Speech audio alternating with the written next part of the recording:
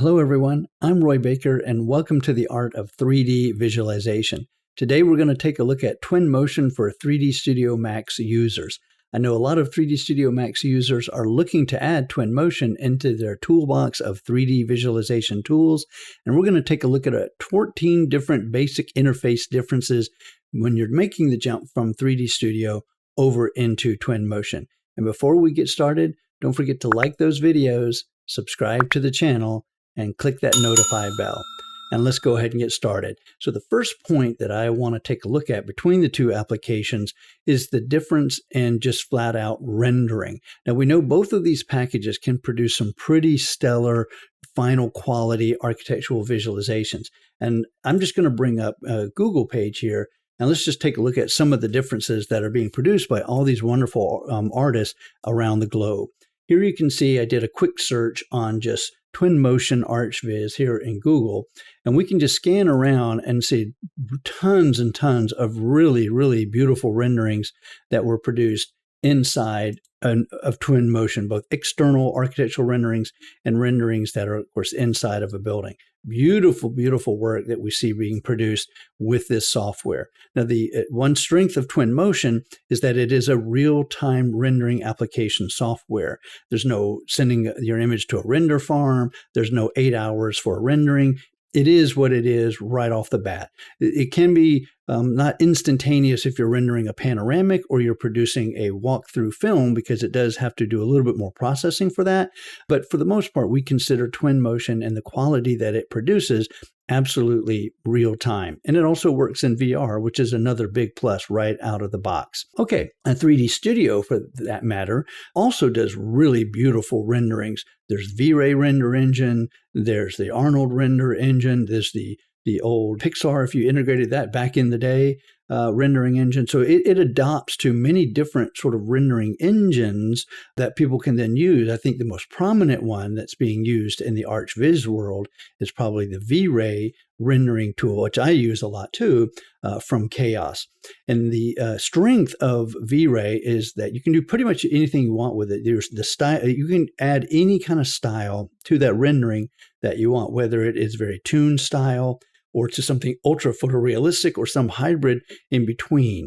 And so its strength is that any amount of visualization and reality can be achieved, even probably beyond what Twinmotion can achieve. So if you really push V-Ray and say 3D Studio to the limit, you're guaranteed that the final quality image or animation that you're going to produce will be superior in that final quality.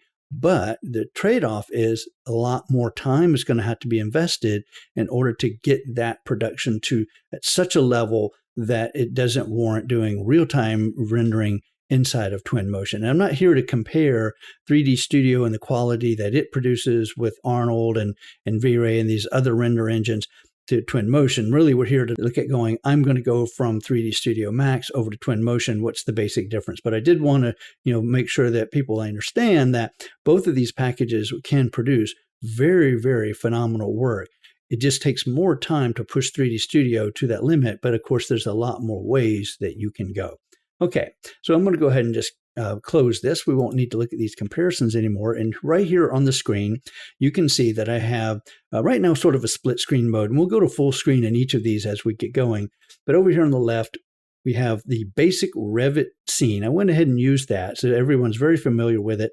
This has been around for many years. So it's a great one to start off with, since this is a scene that we're all familiar with. Now, since this is 3D Studio and Twinmotion, the scene that you see in Twinmotion here over on the left was not an export from Revit to Twinmotion. There is a plugin where you can actually take a Revit scene and send it directly over and link it to Twinmotion, but I want this to be more of 3D Studio. So what I actually did was take the Revit scene as an FBX into 3D Studio, didn't do anything to it at all. I just brought it in, and then I did an FBX over into Twinmotion.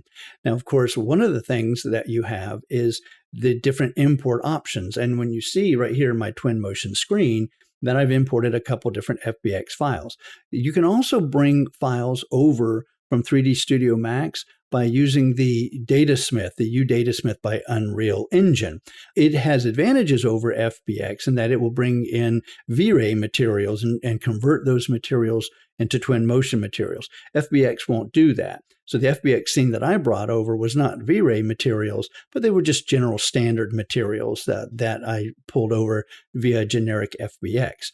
So the Datasmith engine is a better way to take your V-Ray scenes into Twinmotion, but there's only one catch. It doesn't understand real world coordinate systems. If you've used 3D Studio for quite some time, you know that in the ArchViz world, we like to use real world coordinate bit mapping. So we go into the bitmap that's in a texture, and we simply tell that bitmap that no matter what you are applied on, you represent a piece of fabric, and you are 12 inches by 12 inches. So any object that uses real world mapping automatically maps that bitmap to repeat it 12 inches by 12 inches, or like the grass that you see here on the hills. If it represents a 3 foot by 3 foot grass patch, no matter what object I put it on, if it's using real world coordinates, then it will adopt that.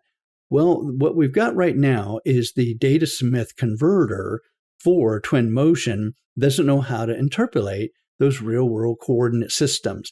So if you do use the Datasmith plugin to bring things over from 3D Studio Max into Twinmotion, what you're going to see is all of your bitmaps are going to be blown out of proportion. Now, there's another video that I've produced that will address that problem. How do you manually keep your V-Ray materials, but how do you purge all those real world coordinate systems out before you bring those over into Twinmotion? So you can use Datasmith to do the conversion versus converting your materials from V-Ray to, say, physical or standard. FBX, on the other hand, doesn't have any issues in pulling over into Twinmotion with using real-world coordinate systems. It will convert that. You can use real-world coordinate maps. It doesn't care, and it will convert it for you automatically. So a little bit of a difference there with that. So FBX and Datasmith, a very popular way to move your scenes over from 3D Studio Max into Twinmotion. Again, watch out for that real-world coordinate system for you V-Ray users. Okay, now the visual rendering quality that we see in each of these, and we looked at in Google. Over here on the left, I'll just sort of orbit around a little bit. As you can see that no matter what I do, everything is what it is. Now this, I didn't spend a lot of time, setting up this scene to be beautifully artistically driven. It's just a basic straight import. I didn't do anything except flat bring it over as an FBX file. So I could spend hours and hours and really beautify this. But what I can see is, even with a straight immediate import, it's really not that bad, if I was to move around this scene. Now, over here on the right, when we look at 3D Studio Max, what I did was to try to achieve a certain amount of realism. I actually turned on the interactive rendering for V-Ray in the viewport. Now, of course, it's not as instantaneous. I mean, look at the difference. Twinmotion, everything looks great. Even as I move the mouse around, it's beautifully instantaneous, like being in an Unreal Engine. But over here in Max, using the interactive V-Ray, as I spin around, it's got to take a minute for that GPU, and I'm using V-Ray Interactive in this demo in order to catch back up. And it still doesn't look as real because, again, I haven't tweaked the V-Ray Interactive. I just left everything as is. Now, a lot of you may go in and say, well, I want Arnold to be my interactive renderer. So you got to make sure you have Arnold-based materials for doing that. Or you may be using some other interactive renderer inside of 3D Studio Max. But it's very common that you're not going to get the photorealistic type quality in real time in a Max viewport like you're going to see in Twinmotion. So Max is really built around rendering. You want to set things up, and then you want to hit render and then go get yourself a cup of coffee or go down to your local coffee shop and come back, and maybe your rendering is done depending on the power of the software you have. And if you're rendering an animation, then it may be, send it to a render farm and, get your scene back the next day for a walkthrough. Whereas Twinmotion says, no, I'm even with a walkthrough, I am in essence real time. Not exactly real time, but it's really darn close to it versus, maybe 20 minutes for, say, a 3-minute animation to process versus, say, 20 hours. So there's a huge difference there. Now, most commonly, what I'm going to do with 3D Studio Max is I'm going to turn off the interactive renderer, And I'm just going to go to the standard view, which gives me super fast fidelity in moving around in this viewport. So this is something we most commonly, are looking at when we're inside of 3D Studio Max. It's just a standard, flat shaded viewport that we have here. And we just sort of orbit around or look at different orthographic views. So again, that's the first thing you're going to notice is the rendering quality is all as it is what it is immediately inside of Twinmotion.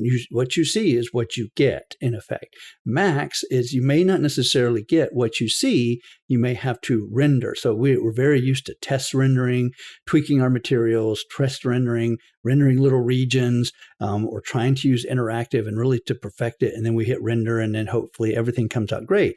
And usually it does if you spend a lot of time tweaking that. But of course, in Twinmotion, they try to simplify this to say, hey, whatever you're doing in real time is exactly what you're going to do. If you save an image right now, this is what it's going to look like. If you create a walkthrough camera path, it's going to look just like this. So there's some advantages there in making your productivity much faster when you can see exactly what you're going to get. Now, certainly I would think that 3D Studio Max, I know, is going to start introducing more real-time rendering engines into the software. Right now, they will ask you to port out to interactive, or you can move over and your information into another application. And Chaos has been working on their tools in order to speed up their interactive rendering process. And certainly we'll probably see some Twinmotion-esque type features built right into the 3D Studio Max interface. So it'll be interesting to watch that as that goes along. All right, so item number 2 is viewport navigation and different control differences between the two applications.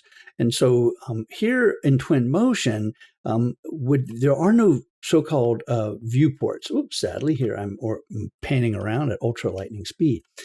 You only get one view of your scene. Max, we know, like Unreal Engine itself, is I can switch over to multiple views. I can maximize a view. I can minimize a view very quickly. I can jump between the different views. I can even go into these different views and change the shading mode to say, oh, I want this one to be clay, and I want this one to be, hidden line removal, or, I just want this one to just be, just plain old, wires. I just want to look at it in, wireframe mode. And so that's one of the strengths of Max here is that you can have as many viewports as you want in multiple configurations. You can save them and stack them, and you can jump between them very, very, very quickly. Whereas Twinmotion says, I only have one viewport.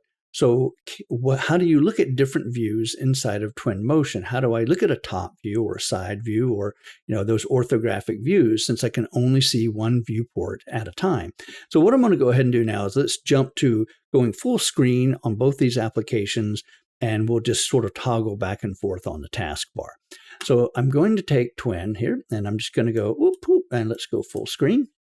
There we go. Give it all that beautiful real estate that we have here. And in order to look at the different views you have inside of Twinmotion, you can use your eyeball here. And this is a quick way to go in. And we see here we've got the little house, and the house says views. So I'm going to go ahead and click on that, and we can see we get a quick, simple viewport way of looking at things. So we can go in and say, let's look at the left view. Now we get a perfect left view all by itself, and I can zoom in on that all I want, or I can go back to the house and we can look at the right view, and so forth and so on, whereas we will look at the back, the front, the top. And let's just go to the top, for instance. Now, I'm going to point out something that I'm certainly, maybe by the time you see this video, has been fixed in the next hot fix. As Twinmotion is evolving, like all software is, sometimes bugs sort of creep into the software.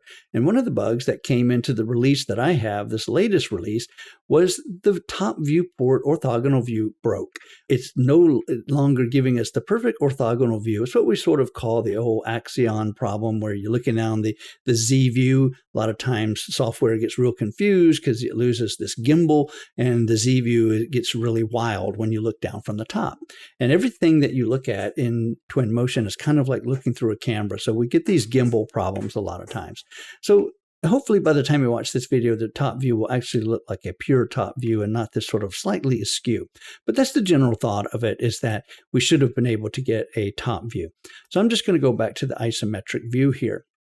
So, of course, we know that in 3D Studio, we can switch between these views by just using keyboard shortcuts, if we've programmed our keyboard shortcuts, or we can go over here into our viewports and we can click in and say, this is a perspective view, and I'm just going to orbit this around a little bit, or maybe this is a top view or a bottom view, etc.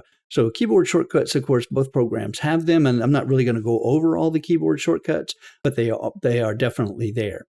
Now, orbiting around in these views, in these viewports, how do we know what features to use? Now, in 3D Studio Max, we're used to holding down the Alt button and holding the middle mouse button and spinning around, right? That's how we can sort of move around. But there's also other things that we can do, and let's maximize this. And besides holding down the Alt button, if I hold down the Control button while I have the middle mouse in Max, I can pan very, very quickly. If I let go, the pan is slow. And there's some other keyboard shortcuts that you can do to speed it up, like 1, 2, and 3, and things like that. Or if I hold the Shift key in Max, it sort of locks me into the last direction that I was moving. The pan locked me into a horizontal pan. If I release the Shift key and kind of start panning up and down and hold the Shift key and hit the pan, now I'm locked into a vertical pan. Now, one of the things you can do in Max is when you are locked into one of those pans, if you click the Alt key, it will immediately spin you into sort of a rotation into that particular view. If you release that, it goes back into whatever that locked pan direction is. Release the Shift key, and then it moves around. Hold the Alt key, and it orbits. Now, Twinmotion, if you don't change something in Twinmotion, it's the Shift key in the middle mouse. But let me show you something right away you want to do. Don't ignore the welcome screen. I've reopened it here because in that welcome screen is an option that says navigation mode.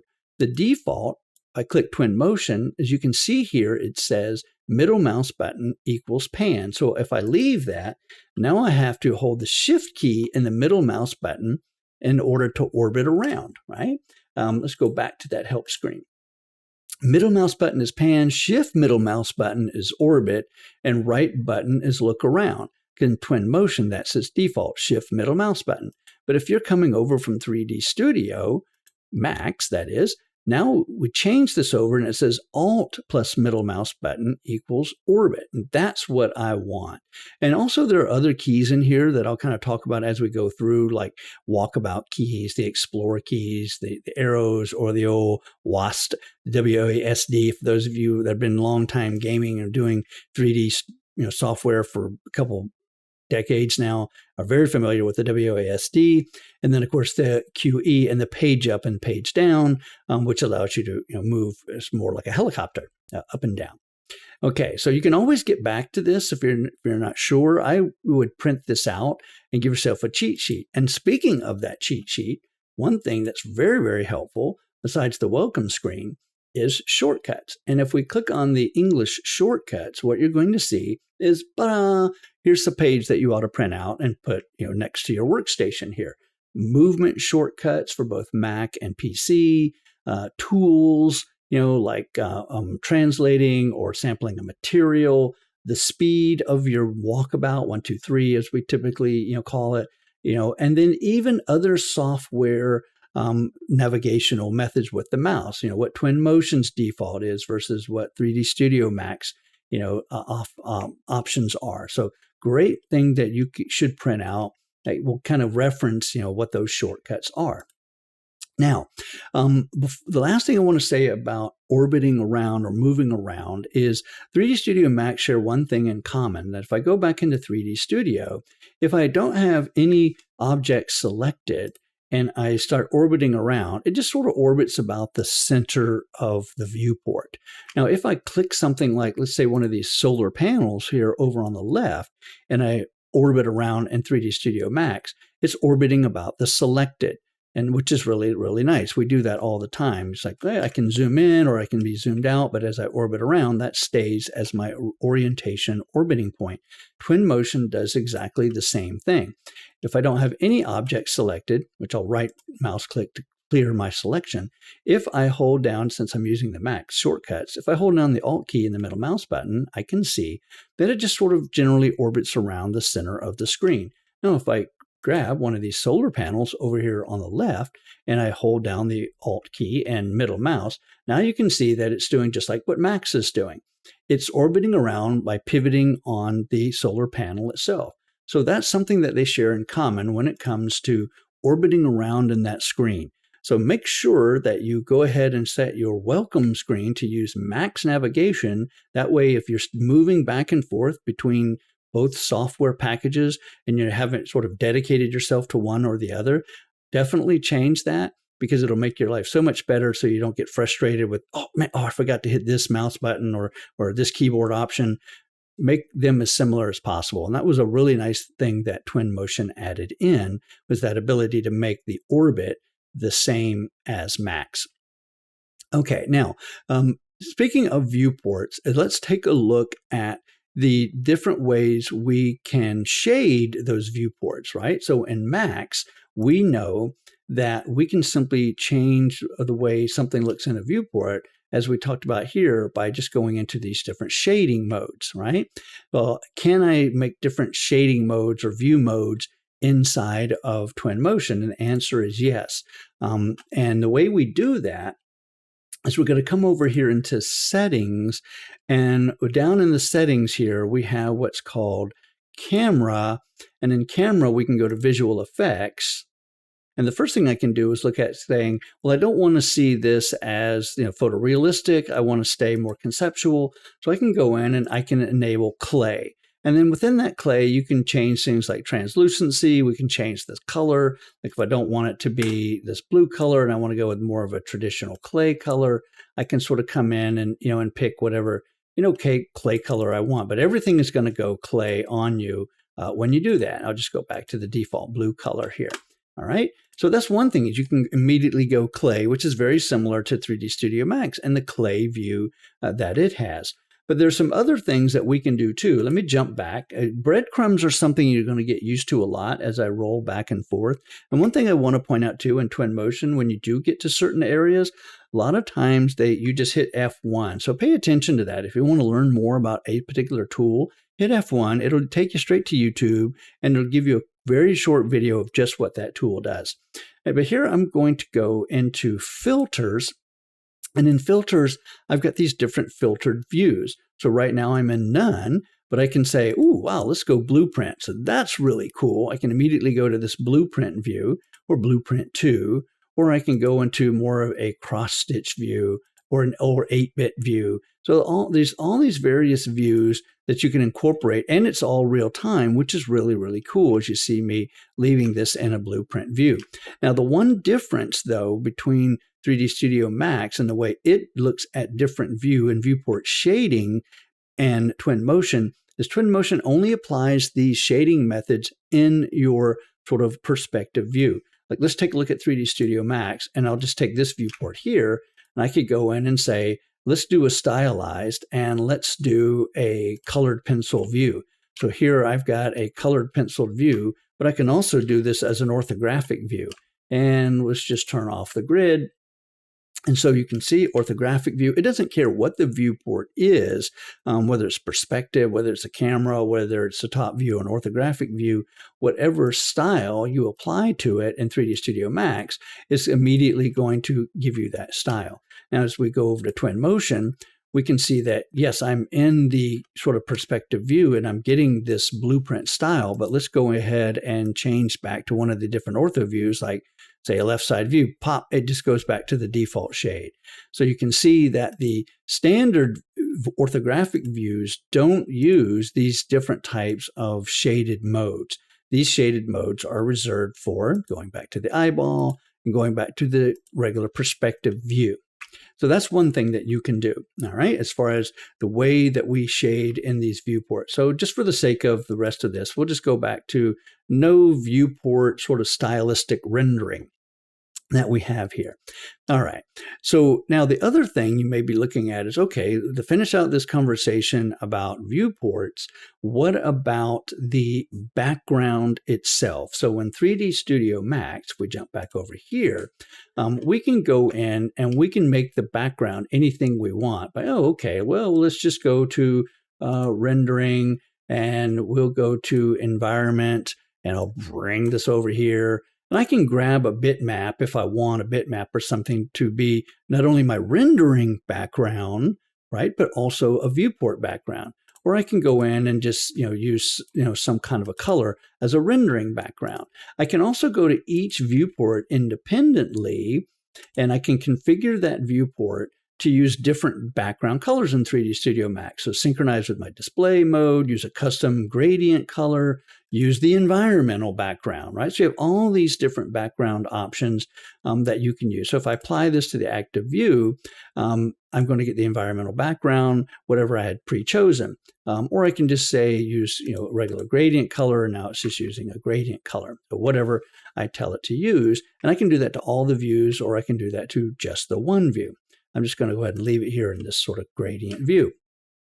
Now, if I want to have a city or a panoramic background, I either have to put an image in the background view of the viewport, or what we typically do in 3D Studio Max is we'll wrap the scene with some type of a sphere, or we'll wrap it with some sort of panoramic physical backdrop. And on that backdrop, we apply a bitmap. And so in Twinmotion, we have a couple more options that we can look at. So Twinmotion gives you a background inside of the scene automatically. Now, if you want to change that background, we can do that by going back over here onto the left into settings, going into location, and then on the far right of the location, we have this background, and we can pick through some pre-selected options here. So I can do town, I can do countryside, I can do city island, or I can do the bay, if that's what I want to use, right?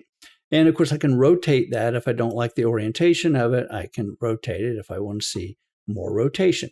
And using my breadcrumbs to go back, I can even, based on lighting, which we're not talking about yet, I can change my geographic location. We'll come back to these when we get to them. And let's just go ahead and go all the way back to settings.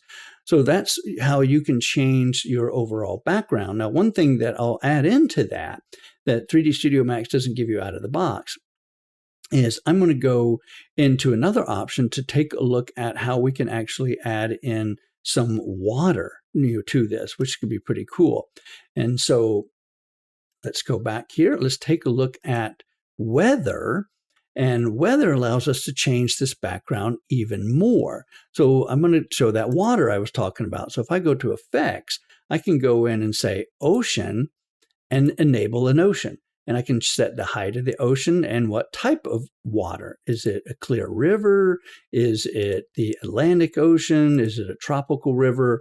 I'll just go to, say, the Atlantic Ocean, and I can actually have water automatically. And it's actually animated. So if you're seeing this, you can see that the water actually animates, right? So I'll go ahead and just turn this off for now. Come back to effects. And I have other things too, like, add some smog in, wind direction if we have, wind going on, or types of particles if I want to have snow. And speaking of snow, right now, the default of the background here is we are looking at the weather being sunny, or I can start dragging and we can start bringing some clouds in automatically. So each of these different background environments have this different set of cloud settings that we have. And if I continue to drag, and let's just look up a little bit so we can see more clouds up here. If I continue to drag, pan and look up. If I continue to drag the weather, what's going to happen is the rain starts to fall. And it is real-time rain. So if you're making video or animations and you want to have a little rainy day, you can get a rainy day. It even got a little bit darker in the scene because of the clouds, right? And actually the grass that is starting to pick up puddles of water, which is pretty cool. And so if I continue to move, we can see that the sun is coming back out again and things are drying out, right? Now, I'm in a summer setting, as you see here on the right, but if I can scroll over to here to say snow, well, now we just dropped some snow. Maybe you live in some type of hinterland and it snows all the time. And maybe you want to bring in the clouds, and maybe you want to add in some real-time snow. And now we can see the snow. Now you're saying the scene is kind of dark. Other tools, other things I'll kind of show you maybe in this video or others is where you can raise the ambient lighting and sort of bring up maybe the exposure of that camera. On a cloudy day, things are going to darken, so you have to, adjust. Our eyes automatically adjust. Cameras don't know how to automatically adjust, and that's where some camera effects. But you can see that there's a lot more sort of options here when it comes to backgrounds to the scene inside of Twinmotion than we have inside of 3D Studio, if you want to use their built-in backgrounds. Now, if you want to place into your scene some type of background object, maybe you don't like that city or you want to maybe add in some of your own, you can do that. And I'll show that when I get into selecting objects and the different way we look at selecting objects. So let's see, we've looked at the real-time quality of what Twinmotion has from Macs. We kind of went over viewport navigation and sort of the viewport controls. And now we looked at, the different background settings, like the stylize of the viewport, what different viewports can accept, what the background is going to be. Let's take a look at some more of the camera settings and compare those between 3D Studio over into Twinmotion. So now in 3D Studio, we don't typically think of the orbiting viewport as having really any kind of camera controls whatsoever. So in 3D Studio, we're very used to saying, hey, I need to drop some kind of camera into the scene. I'll just drop a physical camera in. And of course, now I've got a physical camera and I can look through that camera and I can start moving that camera around in order to look at my scene in whatever way I want. And of course, in 3D Studio, you can have as many of these cameras as you want, and you can jump back and forth from these cameras, all day long, right? No problem, right? That's not an issue. And you can even be in the camera view and start adjusting it. Now you can see in my viewport, pop, pop, pop, since I turned off the visibility and turned it back on by creating a new camera, you can see there are other cameras in the scene.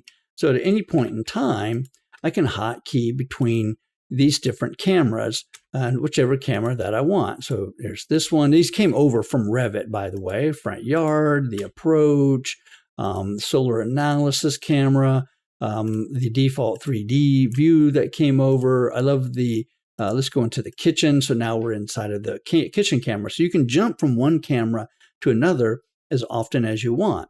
And you can move around in those cameras. Now, the cameras themselves, like let's go and back to this one here. I'll click it and then type C, jump into it. Each camera in Macs, and this is not a Macs tutorial, but there are lots of controls inside of that camera in order to set how it's going to render. Is it using any bokeh? Is it, doing any aperture adjustments? Is it doing white balancing?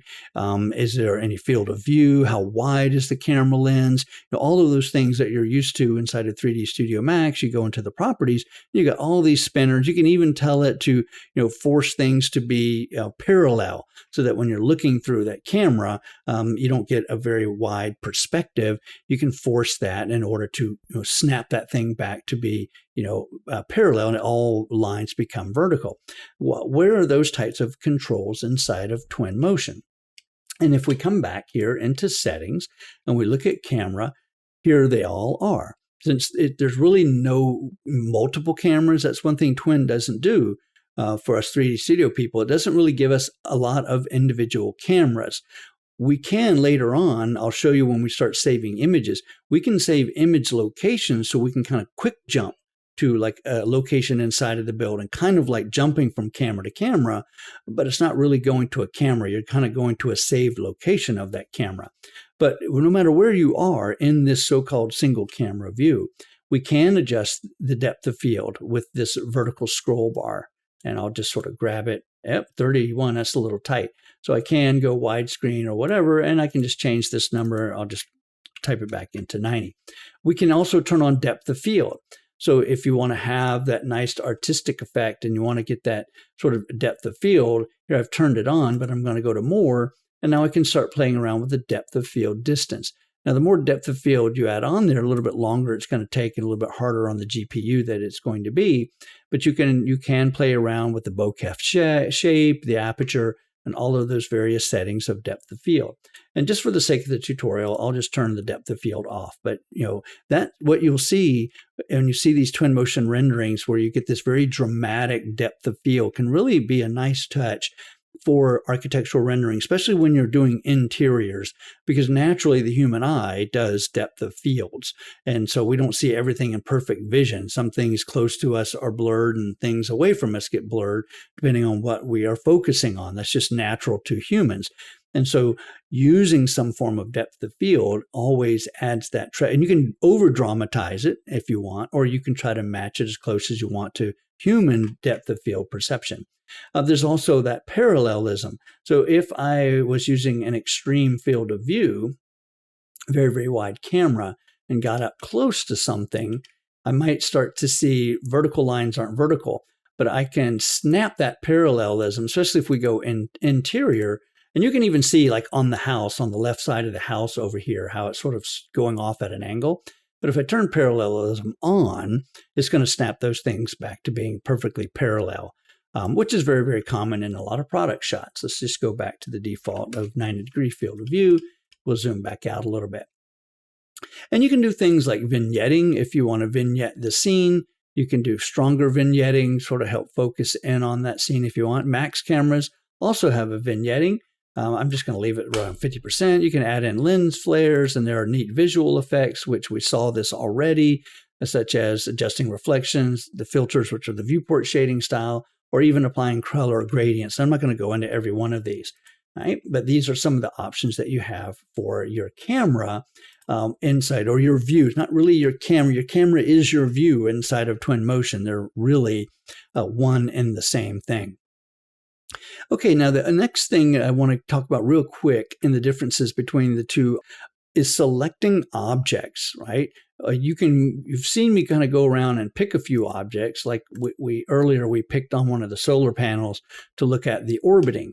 But here I'm picking, but how do I pick by name? Well, on the right-hand side, we have the select sort of list, the list of all of the objects that you have, and in their hierarchy, a container form, as we might call them, and their visibility are shown right here. And we can even filter this into different types of objects that we create in Twinmotion, from animators to terrain to lights to furniture to objects to whatever it happens to be. I'm just going to leave it on all. And these can be collapsed, like this giant Revit FBX that I have right here. I can collapse that and say this one here I can collapse. And so this is always going to be there. And when you click on an object, it's going to highlight it, or vice versa.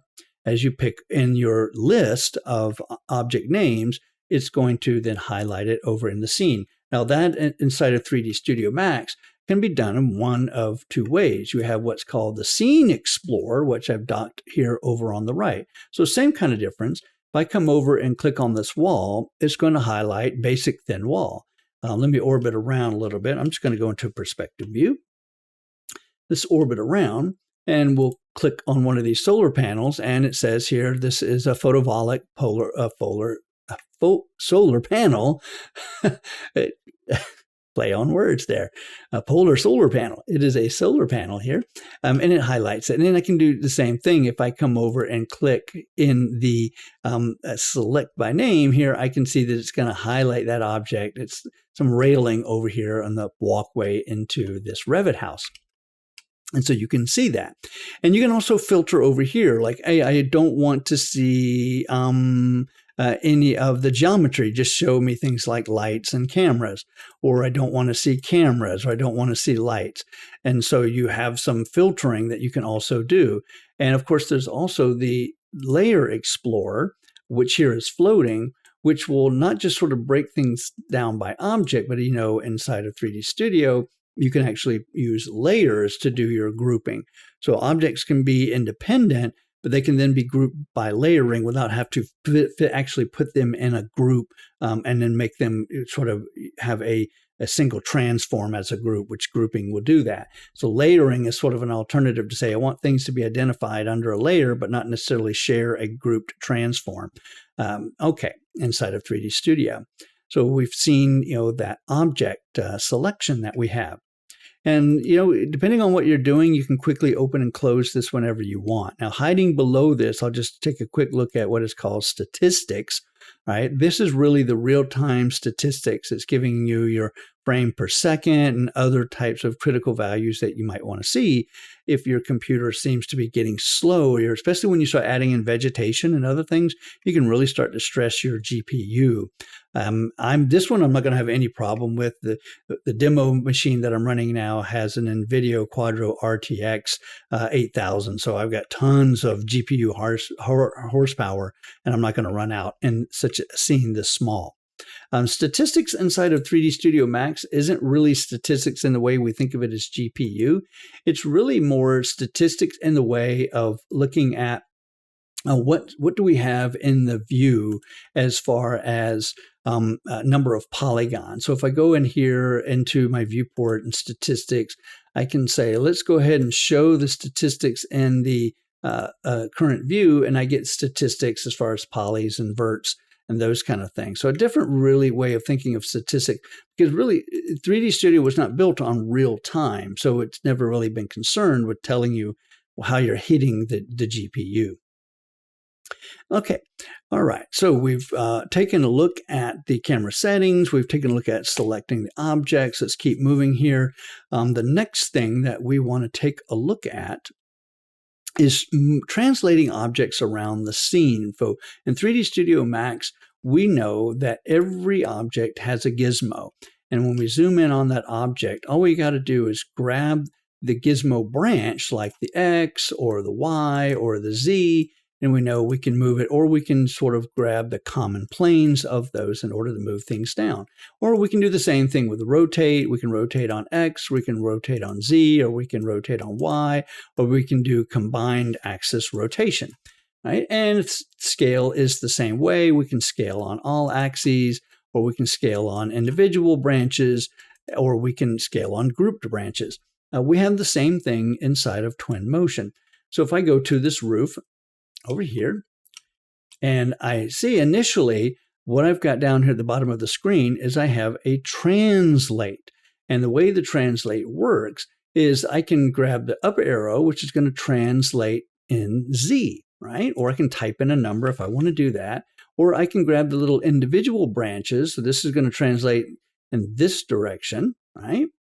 All right, or I'll just Control Z this, or I can translate in this other orthogonal direction, sort of your X, Y, and your Z translations. You can also do a common, plane translation, just like we did inside of 3D Studio Max. What you can also do, though, is you have immediate access to rotation in that plane, which in Max, you'd have to change the tool in order to get that rotation. Now, I can go in and say, well, let's just go to pure rotate. Now I get all the axes of rotation, not just the flat XY plane rotation, which is always present in Translate. Here I can see that I can now rotate on a rotational axis that is maybe, let's say, XZ bound versus XY bound. And then, of course, we have the same thing over here. We have these different rotational planes. And then, of course, we have scale, which is going to be and sort of the same thing. So if let me do some undos here. Grab this object. If I do scale, I sort of get these little black boxes that come off. And so if I pull this box, I'm scaling in this direction. If I pull this box, I'm scaling in the up direction. If I grab, say, the center box, it's going to be scaling in all directions. Or again, I can type in the number if I want to do that.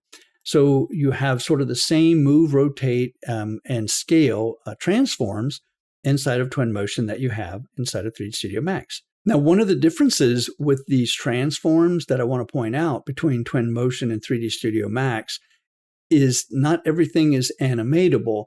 Twinmotion doesn't really offer up currently the ability to animate any and everything. So 3D Studio Max users know that just about everything inside of the software can be rigged to be animated. Especially all the transforms can be animated by simply turning on the animate, and going through the timeline and deciding what you want to do. But you can also animate properties of objects, but everything that's got a number on it, not a checkbox, has the ability to be animated. Colors, translations, you name it. You guys know all these different things can be animated or have controllers placed on them that do other crazy animation things. Twin isn't really built on animating a lot of objects. So if you're going to do an ArchViz type of a animation and you're going to do a lot of movement in the scene, you may want to, Twinmotion may not be the right tool for that because it offers very limited animating. And let's take a look at what some of these limited animation translations are. Now, over here on the left, we have what is called sort of your library. So the library is going to offer up to us some basic tools for doing some basic animating. Let me just close the statistics because it's going to be distracting. So over here in the tools, I do have what is called animators. And in the animators, I have translators and I have rotators. Well, let's just take a look at translators. So if I look at translators, I can see that I have something called sliding door, retractable bollard, industrial gate. Now, those are actually not only going to be animations, but it's going to be real objects too. So let's say, for instance, if we were to come over to this house and we look over right here, maybe I'm going to take this retractable bollard and I'm going to place it. And so now I've got this retractable bollard here that I've got in the scene, right, that is going to animate if I had like a car or something like that. So it's sort of a built-in intelligence, for these. Let's just delete that. Same thing with a door. If I was to drop in a sliding door, let's say right here, and we'll just click off of that, and let's just rotate it 90 degrees. Whoops, grab it, just rotate it. Now what I'm going to do is I'm going to come down and get close to it, and you can see it slides automatically. So this thing knows that as you get close, that it needs to self-animate, right? This so-called, sliding door. I'll go ahead and delete that because I don't need a sliding door. Remember, these are translations, meaning movement. But there's also individual translators themselves. So if I go to this translator here, and I go ahead and just place it in the scene, maybe near the rooftop over here on the sunny side. Now, what I've got is this translator, and this translator wants to know what object do I want to translate. So let me just right click and stop that. All right, click on the translator. So the translator wants to know what object that wants to be translated. So once I place the translator in the scene, say I'll come back in here and just click on it, you can see that I have some properties down here of which I can make changes and tell this translator what it's going to do. Number one, we see here is we wants to know, what do you want to attach to this?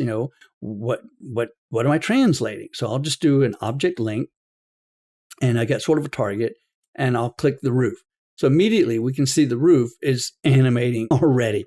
I didn't tell it to start going up and down, but it decided on its own it's going to start updating up and down. Now I can turn this off, and so it will just stop and it won't animate anymore. But let's leave it on. Now I can set the distance of that translation. So this is, how far do I want it to translate? I want to put this roof off the building in the animation, to see inside of it. I think we're going to need to go more than 7 feet. So, hey, maybe this is part of something that I want to do, is I want to translate it at a much greater distance. What I want it to do I want it to loop? Do I want it to ping pong, or do I want it to do once? So I can decide what that animation is going to do, right? And of course, how fast that animation is going to be. Let's just put this thing back on ping pong. And what kind of triggering do I want to have on it? Is my triggering on or off? And so right now my triggering is on, and it's in a loop. So what I need to do is just go back to once. So let's set it to once. Let's let it settle back down to where it is. So we see that we have the trigger on, And let's take a look at the little more option here because it wants to know what is the trigger type? What's the trigger zone, right? Is it 9.8 feet? Is it a multiple trigger type? And again, I don't want to go too deep into this, but these are some options in order to trigger that animation. We're getting a little too deep, I think, into learning the ins and outs of it. I want to kind of just compare this to 3D Studio. So we'll just move on with this one and take a look at some other kind of animation options. I'm just going to turn this thing off because I don't want it to translate anymore. Let's go back over to my translators. And if I can do translation in movement, I can also do translation in rotating. So I got a rotating door, I have a lifting barrier, I have a children's roundabout, but I have this rotator. And a rotator is something that can be used a lot, especially in this package, if you're going to be rotating doors and you're moving in and out of a building. So you can see I've already got one in place. So I've got sort of a glass door here, and you can see it just opened up. And so that door opened up automatically because it knows that there is a rotation translator, in the scene already that is triggering it. Select the door, it reveals it, there it is, and you can see all the values of that door. So we have these rotational triggers. You don't have a lot of controls to it like you do in 3D Studio Max, like adding keyframes wherever you want them to be, what type of tangency those keyframes are going to have. It's really a simplified way of opening doors or sliding things or moving or peeling things apart with that. Now, cameras can be animated, of course, in here, or the single viewport can be animated, and we'll get to that as we go through it. But again, Twinmotion isn't really built around allowing you to do a lot of animation. So if you're bringing something over from 3D Studio and you did a lot of animating of furniture moving around or doors opening or other elements coming into the scene, those can be stored in an FBX, but Twinmotion is going to flat out ignore any of those animation keys that you have. It's not going to convert them into rotating translators. It's not going to convert them into linear translators at all. It's going to ignore those, and you'll have to reanimate those. Now, visibility is one other kind of animation control that is there. And so let's just look at that as an animator, because I know in 3D Studio, we do a lot of animation where we go in and we do things like, hey, I'm going to animate the material opacity, or I'm going to animate the object's visibility so that it appears, not that it rises through the floor like translation or flies in from the sky, but I just want it to suddenly appear. And that is more of a media control and what we call phasing. And what phasing does is it allows you to say over time, I want one element of phasing is I want objects to appear or to disappear, depending on phasing stages. They call it phasing because it's really meant for like construction phasing, in which you're looking at, this phasing over, a certain amount of time.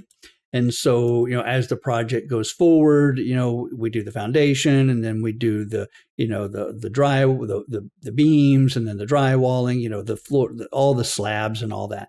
But phasing is another way that you can animate. Now, right now, this isn't like there's no play button for this. In order to see phasing happen, you have to align it with an animation that you create in the media panel, and then you superimpose that phasing over the length of the animation. And that's something I'll address a little bit later on. But you can sort of do view animation of objects, visibility animation, by tapping into the phasing. Okay, so let's take a look at something next. So materials differences, the materials that we have and how you edit materials inside of Twinmotion compared to how we do those inside of 3D Studio Max. So 3D Studio Max and materials can be as crazy and exotic as you want them to be. I think the only other programs I've seen that gets crazier with materials, or the only program I've ever seen that sort of compares to it, is Maya. They use that program a lot. So building out these material shader trees can be quite exotic in Maya. Other than that, the only other program that I've seen that is even crazier than Maya and 3D Studio Max is Substance Designer, a really popular program to create PBR materials that you can bring those bitmaps over into Twinmotion. It's probably the most exotic, craziest thing I've ever seen when it comes to creating materials. So here you can see Then I can go into this material tree and I can click on this grass. I can see that it's a multi-material and it's got all these different other bitmap shaders or some other parametric shaders that are being used. And I've got all these values that I can start tying into, what is the bitmap and how do I change the bitmap out? What is its mapping coordinate? And then almost every one of these, spinners is animatable. So 3D Studio Max, we know, gives us super advanced material creation and material control that can be animated. Well, Twinmotion has its own built-in materials and does give you some properties of materials to change. It's just a different animal. So let's just take a look at that. So the first thing I'm going to do is we'll pop back outside of the building here. A little bike rolling around. That's another animation key that I'll get into in a little bit. That I guess I should have showed you earlier, but I'll get into that later.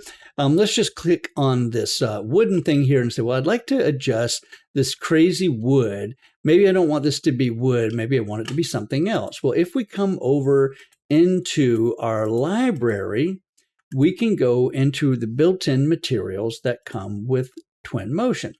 So I've got all these different woods. So maybe I'm going to use this wood here. So I'm just going to drag and drop it right on there. And bam, it immediately has applied. So you can see that we've got this chestnut application, but for this wood, but maybe I want it to be vertically standing versus horizontal. So with this material applied, it immediately comes down to the bottom of the screen and we can see the so-called material editor if we're a 3D Studio Max person.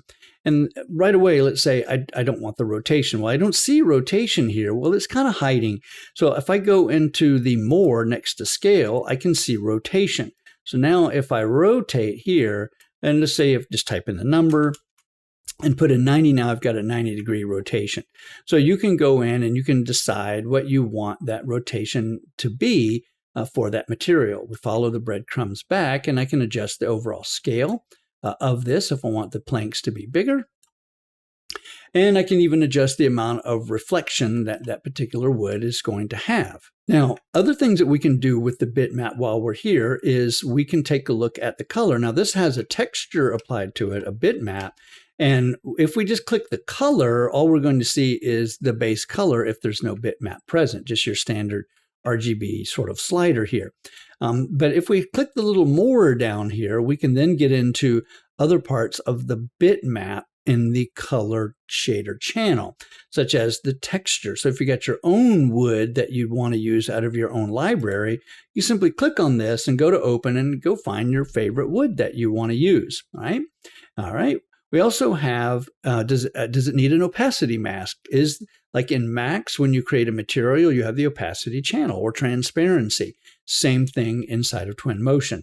Luminosity, meaning how bright is this material? Can you want? Now, it doesn't mean self-illumination. It just means how bright that is. Like for instance, if I run this up, you can see that wood just becomes a little bit more of a brighter wood. And I'll just go back to the default of 50. You can even add in a little bit of grunge, which is something that Max doesn't have, is sort of dirt. You can add dirt in, but this is sort of its dirt slider, and I'll just take it down. And the other thing is sound, which is interesting. Sound means if you're walking upon that surface, what sound does it make?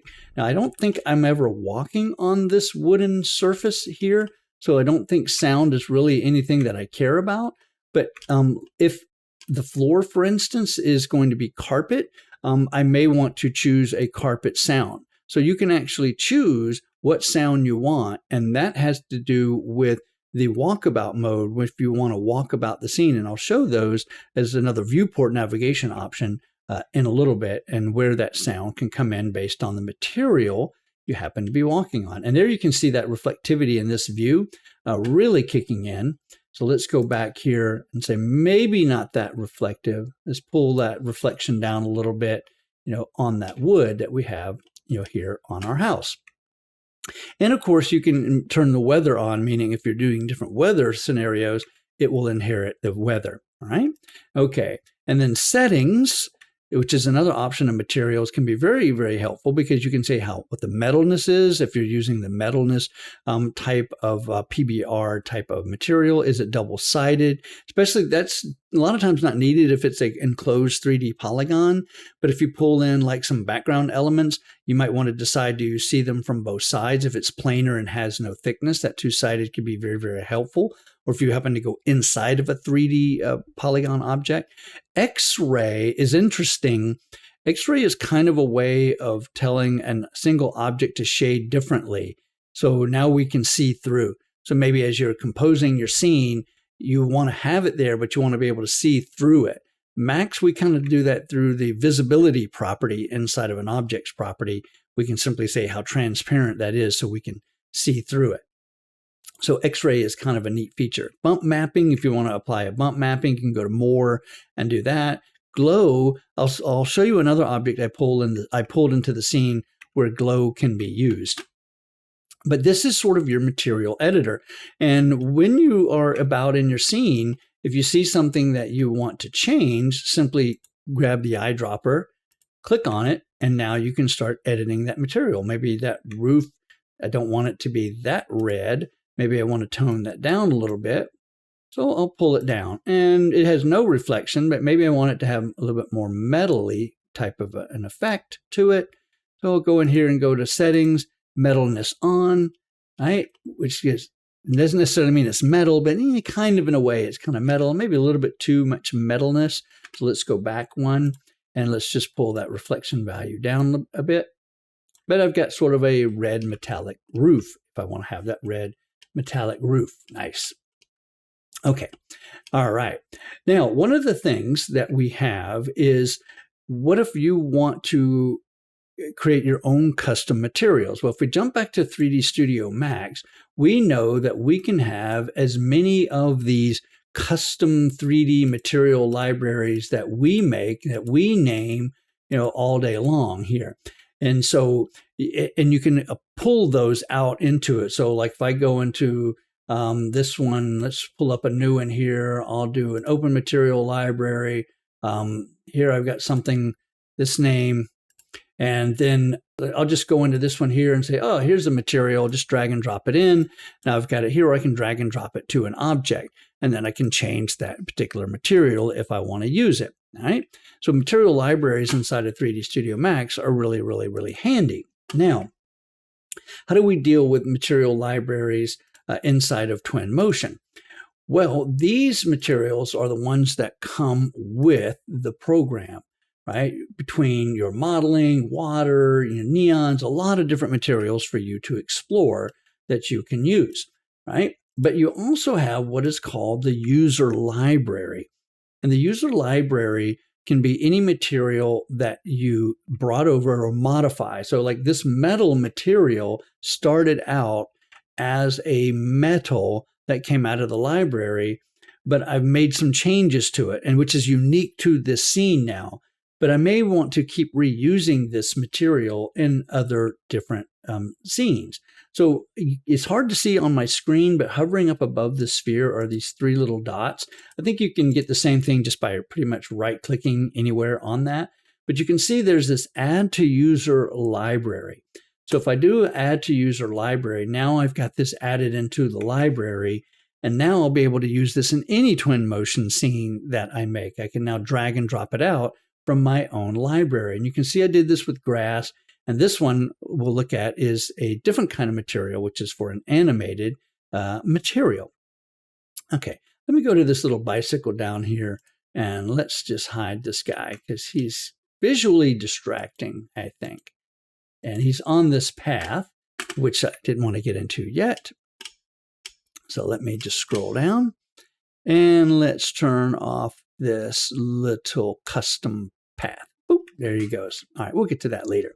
Okay, now, what were we talking about? Yes, we were talking about the materials and a couple other things about materials that we want to look at comparing 3D Studio Max over to Twinmotion. And that one is self-illuminating materials, and or what we were just looking at were animated materials. So inside of 3D Studio Max, you know that in the material editor, you can drag into the bitmap shader of any one of these materials a MP4 file, a WMV file. It used to be a QuickTime, which doesn't exist anymore, but any texture map can be an animated texture map. It can be a flat JPEG, or it can be, an animated movie. And we use those a lot, like on little TV screens, or even the background. Oh, hit the microphone there. Or even the background itself can be an animated background. Now, and I can make certain textures glow. So it could be an emblem on something. It could be a light. Maybe it is a textural painting that I want it to glow, or maybe it's a background. So I'm going to try to kill two birds with one stone. So let's take a look over here in my object list. And I've got an object in here that's hidden right now called City. And I'm just going to turn this on. And you can see that this is just a 2D plane. So we'll see the two-sided option. And this is sort of a background image right now that just has a non-animated material to it. Now I can go into the material editor and I'll just pull this material off of it. Just drag it in over here as an instance. All right, maybe move this over a little bit. And I can see it's just a plain old standard material with a bitmap. And currently that bitmap is just a PNG. But there's no reason why I couldn't select that as an animated like MP4 file or something else. All right. So I've got that there, but maybe I want that thing to, glow inside of the scene or have some self-illumination. Well, different materials like V-Ray and physical and or standard, they all have an option to self-illuminate. So I can simply come in here and say, hey, just, glow a little bit for me, if you want. And it'll just glow based on the colors that are there. I can actually use a bitmap to represent what parts of it actually glow, different ways of layering in the structure of that material inside of 3D Studio Max.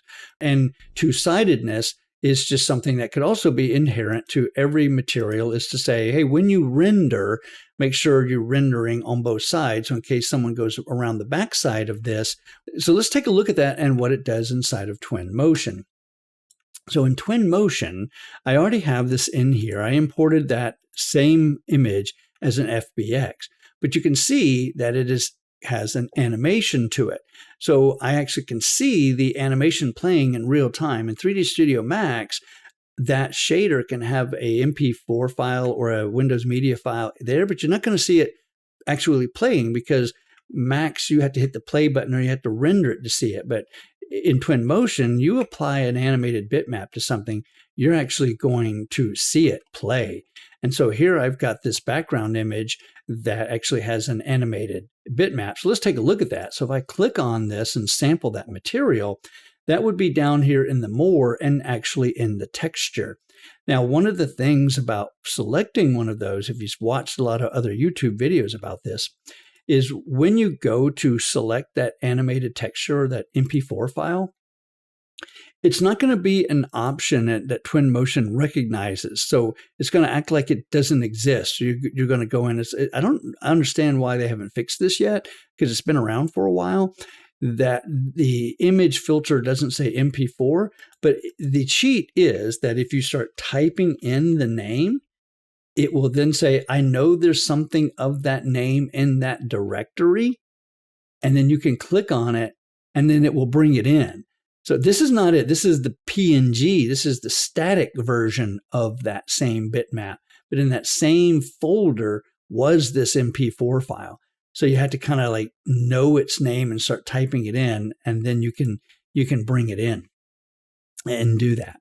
All right. So now, how do we know if it is self-illuminating? Is it glowing? Well, what we need to do is look at making things dark or changing the time of day. Well, 3D Studio Max, we don't really have an option to change the time of day. We simply just adjust our lighting and we'll see if something glows or not. All right. Well, here inside of Twin, we can actually go, let me quit the media mode here. Whoop. Turn my city back on. That was weird. If we click on the little eyeball, we can go in and we can adjust the time of day. And if we make it dark, we will see this thing is going to start to glow a little bit. You really don't see it glow unless, now it's going to blow out to white, and I'll explain that. You really don't see a glow unless you darken the scene. Now you're kind of going, well, that's blowing out white. Well, that's because of camera exposure. One of the things about glowing materials, depending on your scene and your environment and your lighting, is they can create too much of a glow bloom. And that's because the camera is receiving that as too much exposure. That can be combated by coming back into our settings, going into our lighting, and then lowering the exposure value here.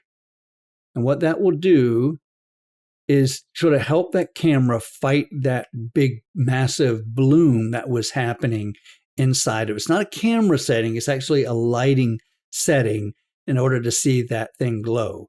So that's sort of one of the weird things about Twin, because it's trying to show you everything in real time. Okay, I'm going to go ahead and set this back to 0. We'll let it blow out again. And let's just go back and change the time of day back to sometime around 2 o'clock again. Okay. And so there you can see that. Now the two-sidedness. Now if we go around, you can see this disappears. If I resample this material and I go back into settings, if I turn two-sided on right here, now you can see that I'm going to see it from both sides, and it'll cast a shadow based on the sun. So that's the option of two-sided. So there's your difference in your materials that you can, Max is probably a little bit more advanced when it comes to material creation and all the flavors of materials and the wiring of the shaders and the animation controls you have over that. None of these material options give you animation controls, but you do have a lot of PBR type controls and things that you can do to them that can be, pretty unique to Twinmotion. One last thing before I leave. When you see that material sample, let's just sample this metal one here, just so it's not the bloomed glow.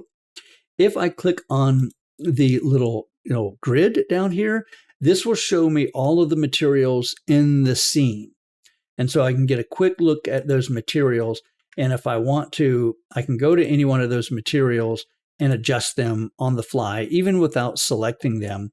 I can come in and adjust them. Like, for example, if I'm sampling the grass, right now all these values are per the grass. But if I go into this selection and then go to the metal roof, you can see that even without selecting it in the scene, it's now basically looking at that object. So if I go into color and decide I want that roof to be a different color, let me move this over to the side so I can see that I can adjust that roof to a different color without having to pick it. I can see it in this grid view of all the materials in my scene. And from that grid view, you can take any one of these materials in your scene and throw them to your user library. So you don't have to pre-pick the object in order to sample the material. You can sort of get in this grid view, which is kind of like 3D Studio in a way. 3D Studio, if we expand the material editor here, right now I have my scene filters, my scene selection filter to selected object. But if I turn this off, here are all the materials in my scene. And so I can take any one of these and drag up into a material library, or drag into the material editor, or drag and drop it, directly to an object.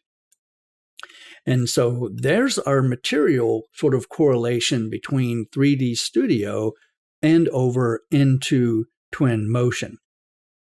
Now, what's next? Well, let's take a look at basic primitives, right? We know inside of 3D Studio, we've got a whole host of these basic 3D objects that we can create: spheres, cones, but then we have other things like extended primitives, like a hedra or a capsule, a chamfer box. We have these particle systems.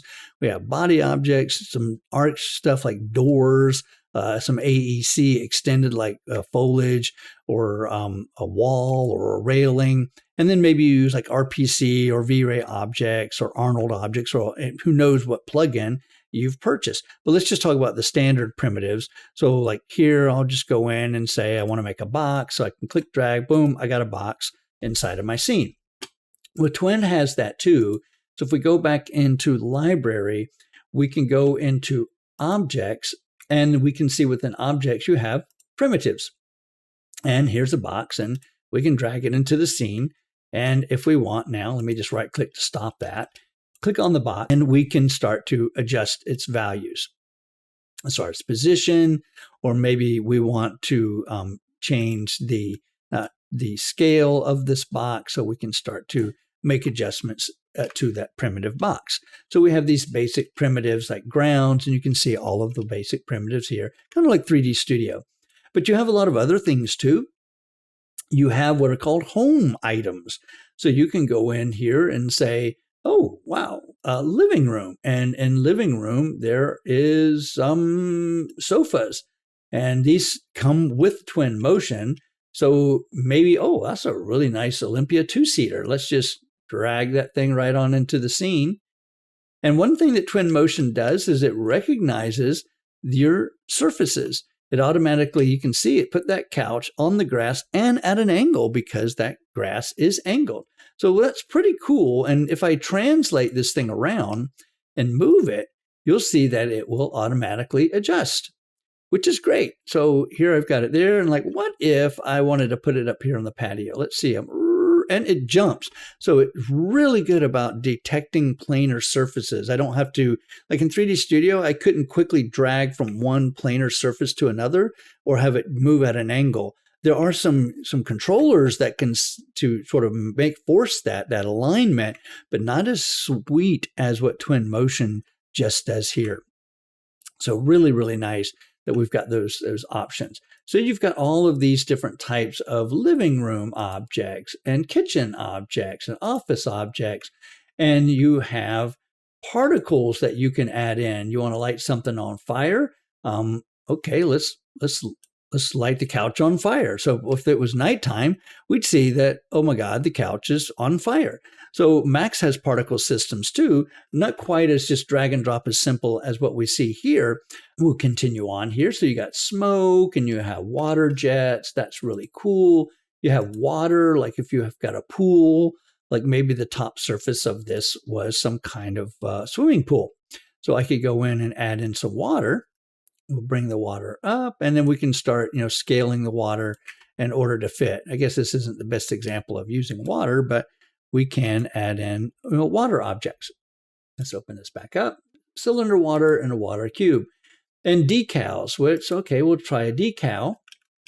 And a good example of a decal, if we come over here, is things like crosswalks. So I'll just grab this zebra crossing, and it drops it right in there. And I can make changes to that zebra crossing if I want.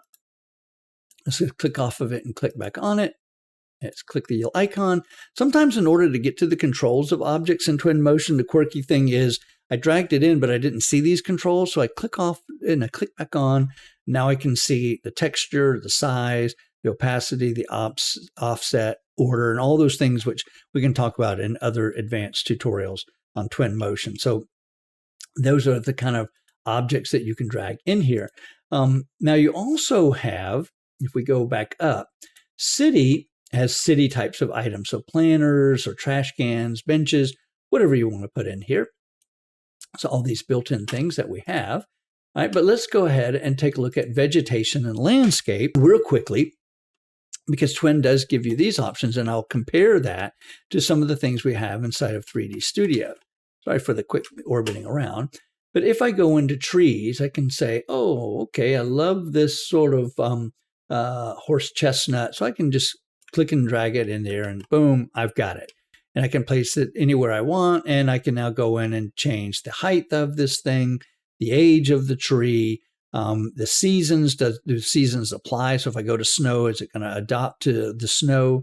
Is it going to accumulate that? Does wind affect it if I have wind inside of the scene? And so we've got the ability to add trees. Now 3D Studio, how do we get that kind of foliage into here? Well, in 3D Studio, we can go in here and we can go into like AEC Extended. We can go into foliage, and they give you some free trees like a Scotch pine. And I'll go ahead and drop that Scotch pine in there. So we got sort of the same thing. It's kind of a little high, so I need to drop this thing down to the grass.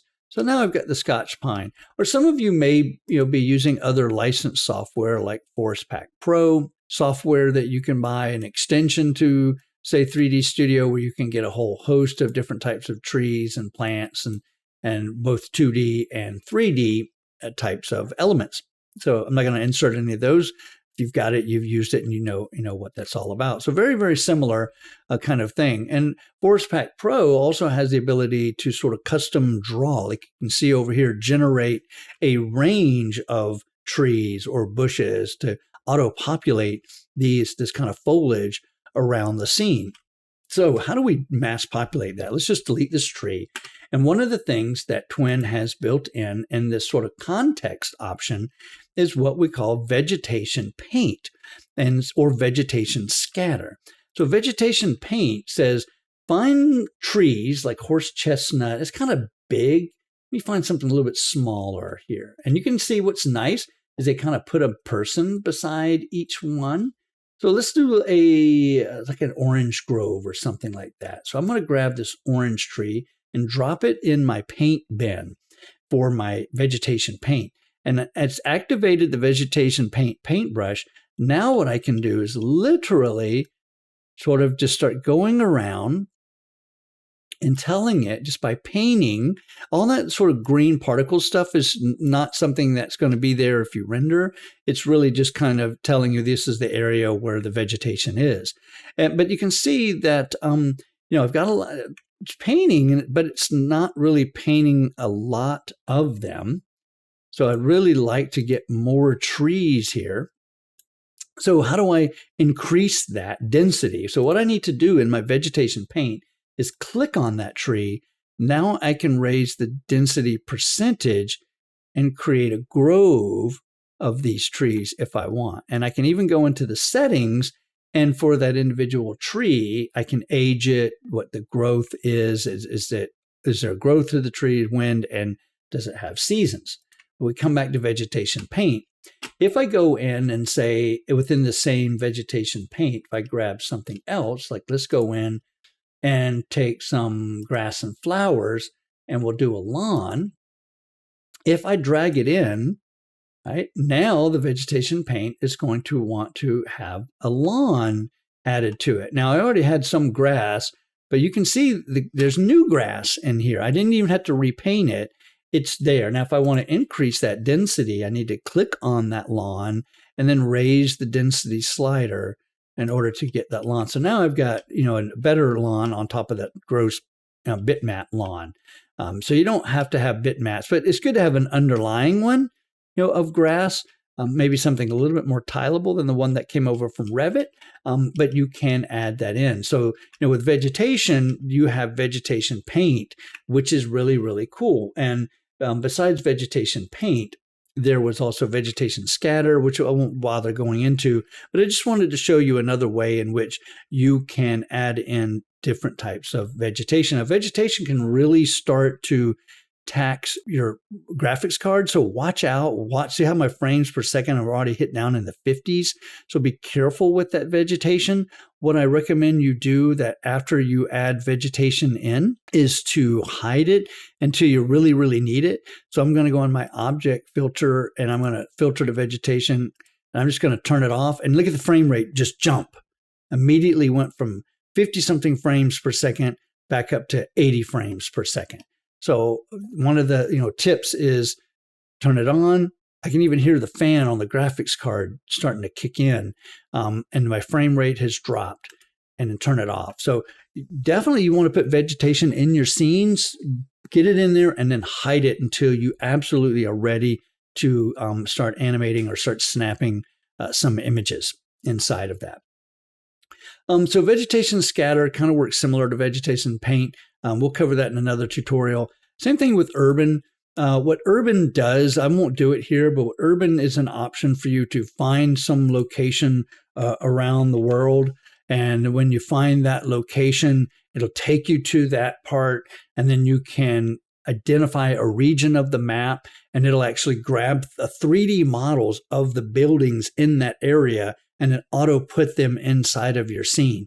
It's pretty cool to do that, especially if you're doing some type of a building, and you want more than just a generic background or a wrapped background that you've created, you can actually drop a 3D environment based on real geographic areas, kind of like Google Map, where you go into the 3D view, kind of like you can get those 3D objects dropped directly into your scene, which is something that 3D Studio actually doesn't have with that urban.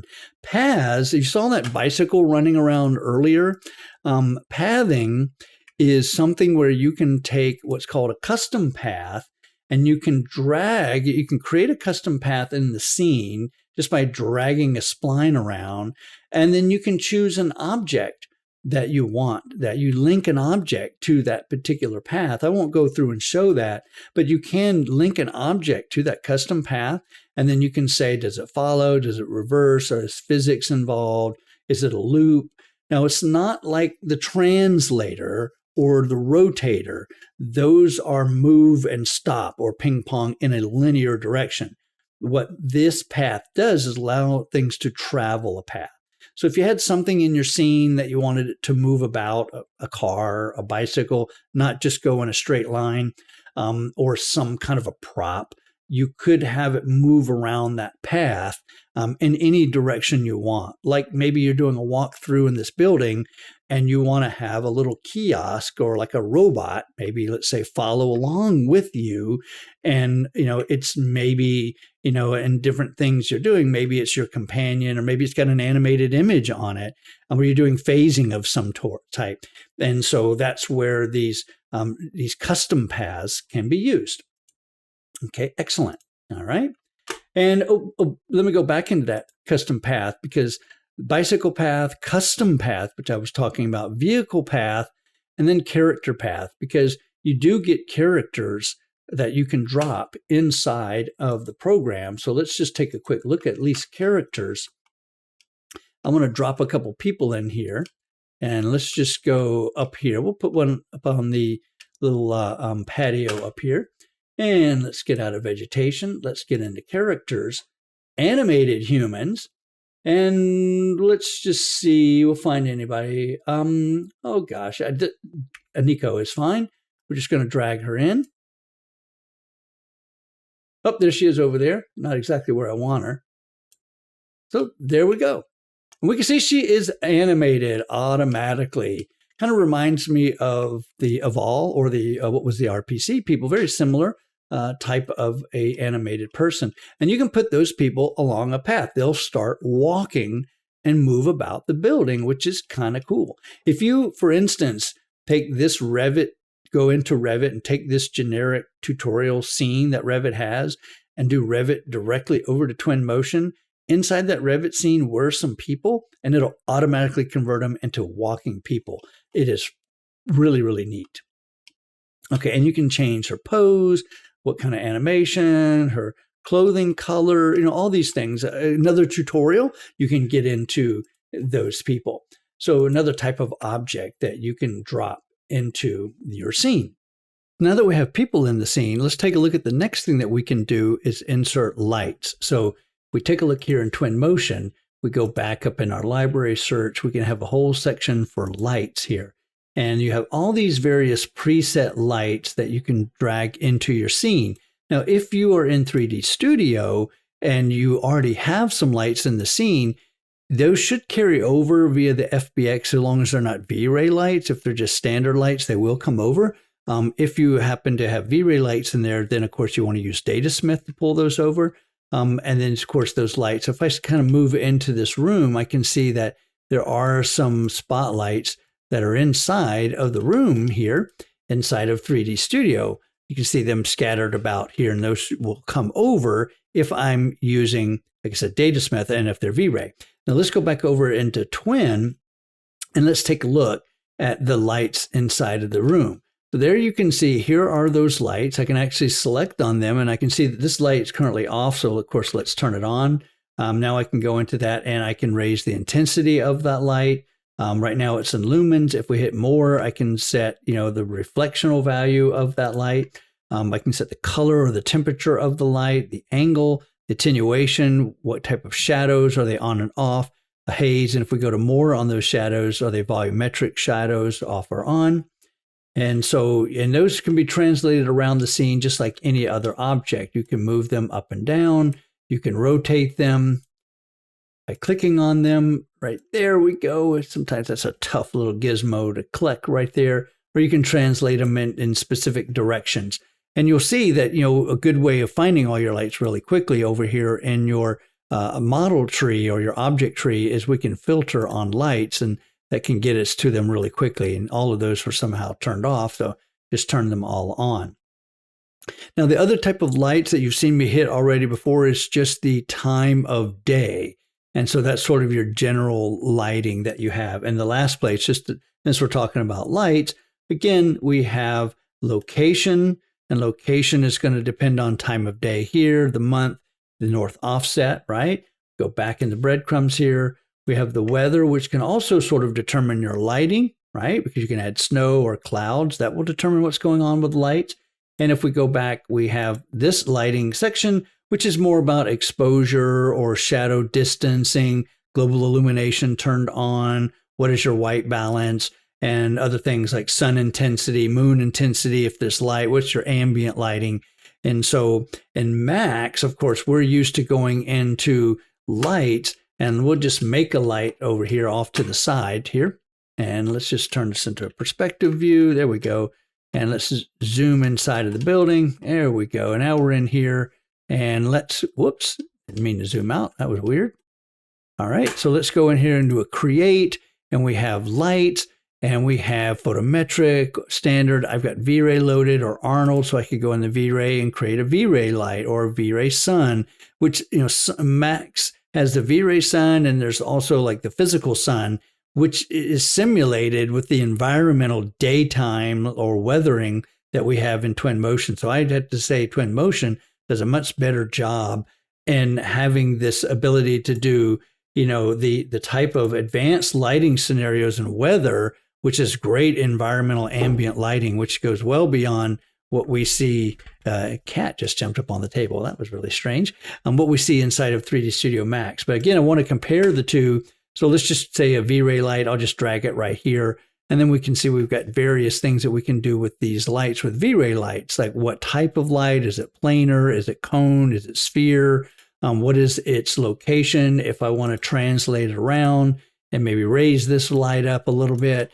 Maybe I want to modify it, and I want to, you know, change, you know, options like what type of shadows, what's the shadow density, what kind of sampling does it use, do you see it in the viewport? So every different type of light in Max, there's all these different settings that you can apply, and so, and you can of course filter your tree in order to see that.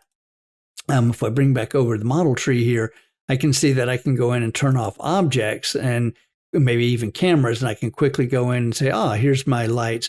And we also have these light listers. So a lot of times, either I could go in my V-Ray toolbar, or I can come over here and say there's regular light lister and V-Ray light lister, and I can make changes to those lights here in the lister, which I really like this option of being able to see that. That'd be a nice addition to Twinmotion to be able to get to. I'd love to see a separate material editor dialog box. I'd love to see a separate light lister dialog box. I'd love to be able to detach. That's the one thing about Twinmotion that I hadn't mentioned so far is, you know, it doesn't allow you to detach things and use multiple monitors. And so I'm a multiple monitor kind of person. So when I'm in Max, I use 2 or 3 monitors, and I got dialogues all over the place. And I can really open up that real estate. Always have my material editor open. I always have my light lister open when I'm manipulating lights. I always have my object selector open when I'm, you know, manipulating objects. A lot of dialog boxes you can park on other monitors. When everything is, this is it. You can't separate your viewports. You can't have floating viewports. You can't separate these. So you have to keep them all in one. And so that's lighting. And let's go ahead and take a look at moving on to the next item. Let's take a look at now making renderings from this. Now, in making the renderings, and I'm just going to close this library panel over here, and I'm just going to close the search. But with the eyeball, a couple of things too before we start snapping these renderings is we have other things besides time of day, which we've already used. We do have speed, right? Now, speed has to do with how I'm moving around in the scene or how I walk about. So if I kind of go in here and use my W key, my S and D, I can see that I'm moving around at a certain speed, right? And what's called bicycle speed. But if I go to walking speed and do the same thing, I'm moving much slower. I'm holding down the W, S, or D, and it's not moving quite as fast, right? When I ramp down my speed, or if I want to go super fast, I can go to car speed and it will zoom very, very quickly. Now, another trick to doing that is you can use your keyboard 1, 2, and 3, and that will slow things down as well when you use the keyboard 1, 2, or 3. Now, the eyeball here is we've been doing everything in what we sort of call the helicopter hover mode. And I'm going to go into what is called the drop me on the ground mode. Now, when I do this drop me on the ground, it's literally going to drop me on the ground of wherever I happen to be. So you kind of need to sort of look down before you do it, because I really wanted to be up there, up on the patio, but now I'm not there. And, it may kind of use the up arrow, down arrow, no. And, I don't know if you heard that, but I heard grass walking sound because I'm on grass, right? But I want to get up on the patio. So I need to fly. So I'm going to come back to the eyeball and change to the ground mode to helicopter mode, which is going to allow me now to sort of start doing all my orbiting. I must be in the slow walking mode because this is going really slow. Let's go to bicycle mode. There we go. And now let me sort of get myself above the patio. I'll even look down by using the right mouse button. Now that I'm on the patio, let's go in and tell it to drop us on the ground. And the height, the default height, can be set in a setting. And we'll look at that in another tutorial when we get into advanced manipulation. Oh, hi. Let me back up a little bit. Still sounds like carpety grass. Let's go in and sample this material. Go to settings, and it's kind of hiding in the more under color sound carpet. No. How about let's make it concrete sound. All right, sounds good. Now let's walk about. Oh, yeah, I can hear that. I need to slow it down. I'm in bicycle mode right now. Let's click the eyeball. Let's go back to foot mode. I can hear it. It's kind of muted. Let's see if make it metally. Sounds kind of spooky, like someone's knocking at the door. I'll just go back and say this is going to be a concrete sound, which is kind of cool that you can immediately adjust the sound as you do a walkabout here. And let's just close the library over here. So again, up here in the eyeball tool, we're talking about the different ways to walk or hover. This option here, before we get into, I know we're getting to making screenshots, but when we look at the presenter mode, what this does is it immediately goes full screen with your scene. So it just immediately hides everything. And then when you're in that mode, you're sort of get a new sort of a pop-down menu here where you can go in and say, I want to adjust the time of day, I want to adjust my speed, I want to plant myself on the ground, or I want to go VR, right? Or you can do the other breadcrumb that says take a screenshot or give me some more information, give me some settings, or quit this mode. You can also hit escape. Down here at the bottom, it's just telling you, there are some other images that have already been saved, which was presenter 1, which is something I made a while back.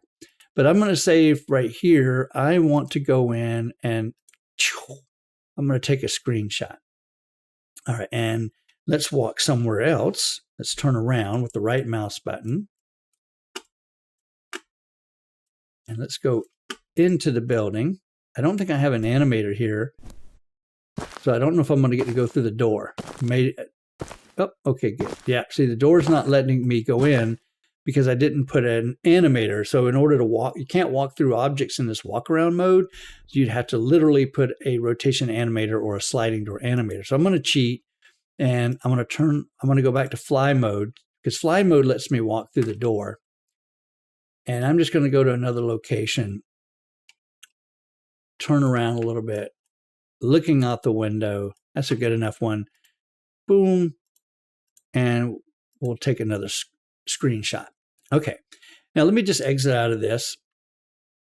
And let's take a look at the other way we can take those screenshots. So down here in the bottom, we have the media and we have the image area. So we can go in and we can make some images, here. So I can do create an image. Now I've got an image, but these images are different than just a image that can be saved out. These images, you can actually go to them and it'll take you to that location, and now you're there. So earlier in this video, I talked about how in Max, we want to make different images. We throw out cameras and we can render them independently. We can render batches. We can render an animated camera for animations, but we can jump from camera to camera just by changing the viewport, right? Well, in Twinmotion, you actually can do that by jumping through your image library. So it's not only an image, but it is a location in the scene of where you happen to be, like a so-called saved camera view. Like we go into this living room here, we can, and there's an animated material. So I took the material on that TV and I went into the bitmap and I placed an MP4, and you can see that it is actually animating, which is really, really cool. It adds a little bit more life to the scene. I'm going to create an image here. And so now, if I want to go back to the kitchen area, I lost my kitchen area. I'll go back and fix that. So I get an image 4 is where I am now. We have image 3, which is up in the kitchen. For image 1, I need to retake that image, and we can do that. So let's just jump back. We'll jump back into the kitchen. I don't know how we lost that, which is kind of annoying. Let's look. Let's just zoom in. All right, and let's turn it around. Whee! Move over here. I want to see the fruit basket. Good enough. And the way we retake an image is you have a little recycle. It's called recapture. So I don't know how that happened. Maybe I hit it by accident, but somehow I recaptured it. So I've got image 1, image 3. I don't know where image 2 went, and image 4. So I can jump between these 3 images, and it's not just the image, but it is actually jumping to a new camera location. So besides making those images that way, if we come back here in this media mode, I can also take panoramas. Now, panoramic is a 360 panoramic, and it that you can pull into something like Ulio or some other package where you want to have a full 360 wraparound image. And you can see I made one already, and if I click on it, it's going to take me there. But let's create a pano where I am now. So if I jump between these, it's like jumping between image to image, but these are actually full 360 panoramic rectangular images that you can use in like KR Pano or Ulio or those other types of panoramic programs, which is really, really cool. Another type of media. Video, right? How do you make animations? How do you make a video? Well, I've got some in here already, and here you can see is a video clip that I made that just sort of moves through this building, right? From place to place to place. And the time of day is actually animated in that. Now, I'm not going to go through a huge tutorial on, how do you create these, but let me just give you the quick once over here. I'll just say, at this location, let's go out on the grass. Let's start a new one here. And this walkabout mode is too slow for me. I have got to go back to bicycle speed. Thank you. And let's go out in the lawn. And let's twist this thing around. And let's drop ourselves down on the grass. Okay. And so I'm just going to do a quick one walking around on here. So I'm going to create a new video, and you can see it immediately captures where I am right away. And so if I want to go somewhere else, all I simply need to do is to move somewhere else in the scene, right? So let's just go in and walk forward. I mean, I'm on the ground, so I'm going to walk forward. Maybe head over this way a little bit. right, look up, and I can just come over here and hit plus. So now I've got a new location. And let's say, wow, grass is growing up on this thing. So that's pretty wild. So let's just do one more. We'll go around the other side of the building. Come over here. We'll look back and we'll hit plus. And then there we go. So now if I drag this, what you see, what Twin does is it automatically translates from one location to the next. Now I only did 3, so I'm kind of out. I think I'm crossing through geometry, which isn't normal, but I didn't put enough animated steps. And that's how easy it is to animate a camera around in this thing. Now, what does that mean inside of 3D Studio? Well, in 3D Studio, to do something similar to that, I've got to find myself a camera. Let's just look through it, and let's move this thing to a new location. And oh, it's really high. And so if I wanted to animate this camera walking about, then what I've got to do is just come in here and start creating some keyframes. So I'll just create a key here. All right, and I'll move, and then I'll come over here, and I need to move this point to look. And this is, now I'm using a camera with a focal point, and let's create another key, or I can just do an auto key, meaning wherever I go in the timeline, it's going to automatically create keys. Here, let's grab the focal point, maybe move it. Oop, grab the focal point and move it. And so now if I move the time slider, I'm going to see, okay, I've got an animation, kind of the same kind of thing. And so we create these animated keys, and every camera independently can have its own keys.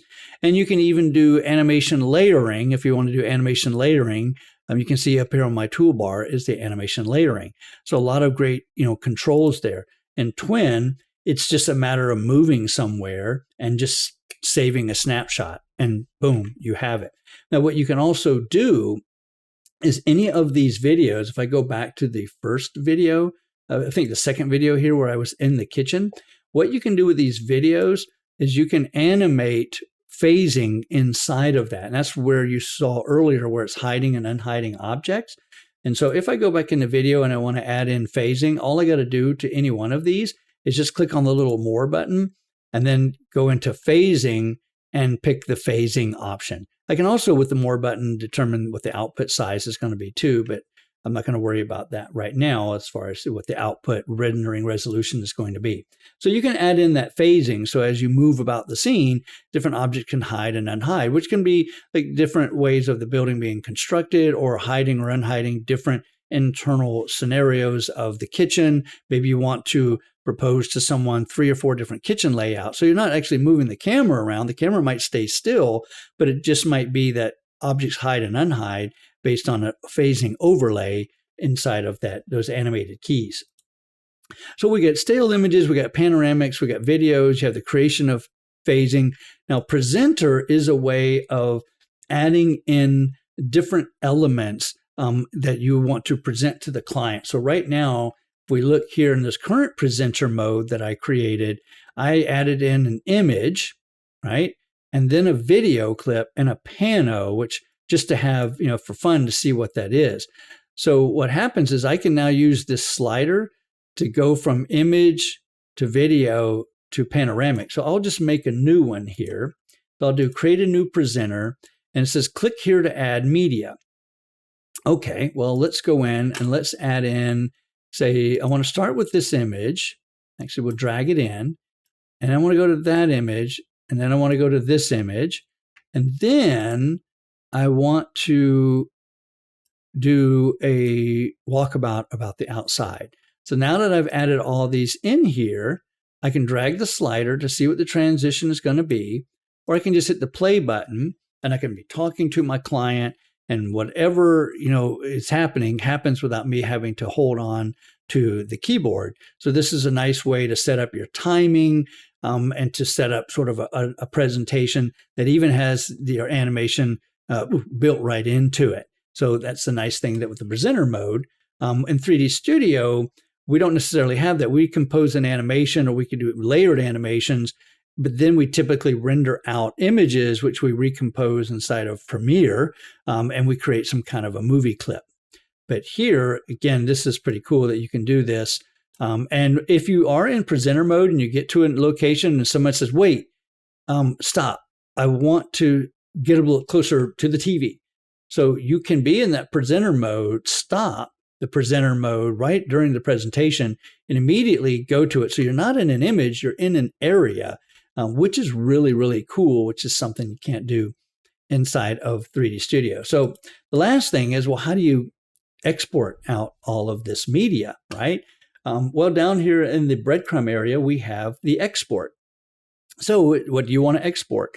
Do you want to export an image, a panoramic, a video, or the entire presenter mode? Well, I can go into the image and say, I want to export this image here, or more than one. All right. And I want to export this new panoramic, and I want to export this new video, and or I want to export an entire presenter mode. So once I select these items, and for each one you have more, like what kind of refinement, motion blur, lighting options, things like that. Always take a look at these mores because they will give you all these different options, which is really, really cool when you do that. But I'm just going to go in and just hit Start Export. And it's going to ask me, I'll blur this out, but I'm in my Documents folder. I just tell it where I want, and I hit Select Folder, and then immediately it's going to save those files for me, and then I can go and retrieve them and do whatever I want outside of Twin. And so that's how we can create and save these various animations. This was really intended to kind of show you as a 3D Studio user what the comparison is in moving the Twinmotion. So I really hope you like this video. Don't forget to like it, subscribe to the channel, and hit the notify bell. I'm Roy Baker, and we'll see you next time.